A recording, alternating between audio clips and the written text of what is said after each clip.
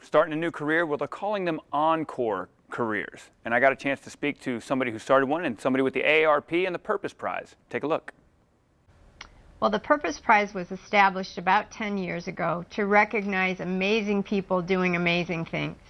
All of the winners are age 50 plus, and they're really transforming their communities with their passion and experience and good work. And AARP is really delighted to hold up these remarkable people. This year there will be 5 winners, and each will receive $50,000. Wow, that is impressive. And what issues are most appropriate for the Purpose Prize? One of the nice things about the Purpose Prize is that it's not limited to just one issue or topic. There are a lot of challenges in the world, and the Purpose Prize recognizes people who are attacking them from all different kinds of ways, all different varieties. So past winners have worked on issues as diverse as the arts, healthcare, foster children, the environment, clean water, you name it. What we look for is people who are making a sustainable difference and measurable results in their community. And Barbara, let me ask you, as a past winner of the Purpose Prize with Fresh Artists, your business, how did it impact you and your business? It was an enormous impact.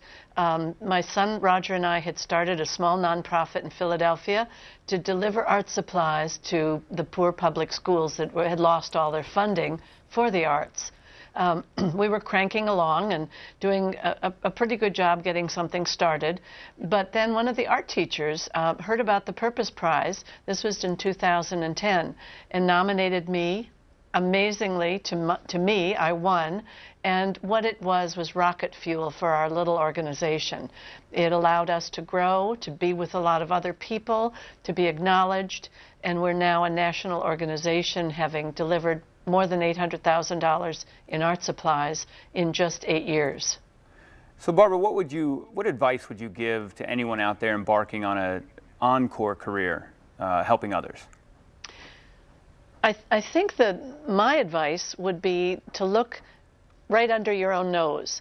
I had been an administrator in an art museum for my first career, and when I saw that there was a problem in the Philadelphia public schools with arts funding, I was able to reach back into my toolkit of knowledge and expertise and experience and find the resources to apply to something, an entirely separate problem than running an art museum. I was able to find ways of creating and managing a collection of children's art that would generate income to deliver art supplies to the poorest schools. So I say, look in what you've done before, look around you, look and see what needs to be done, and then basically take all the threads of those pieces and weave a new tapestry for an encore career. I love it, ladies. Thanks for joining us, and thanks for what you're doing with the AARP and the Purpose Prize. Have a great day. Thank you. Thanks so much. And we'd like to thank the AARP for making that segment possible. All right, up next, folks, Cindy Spicer, there she is.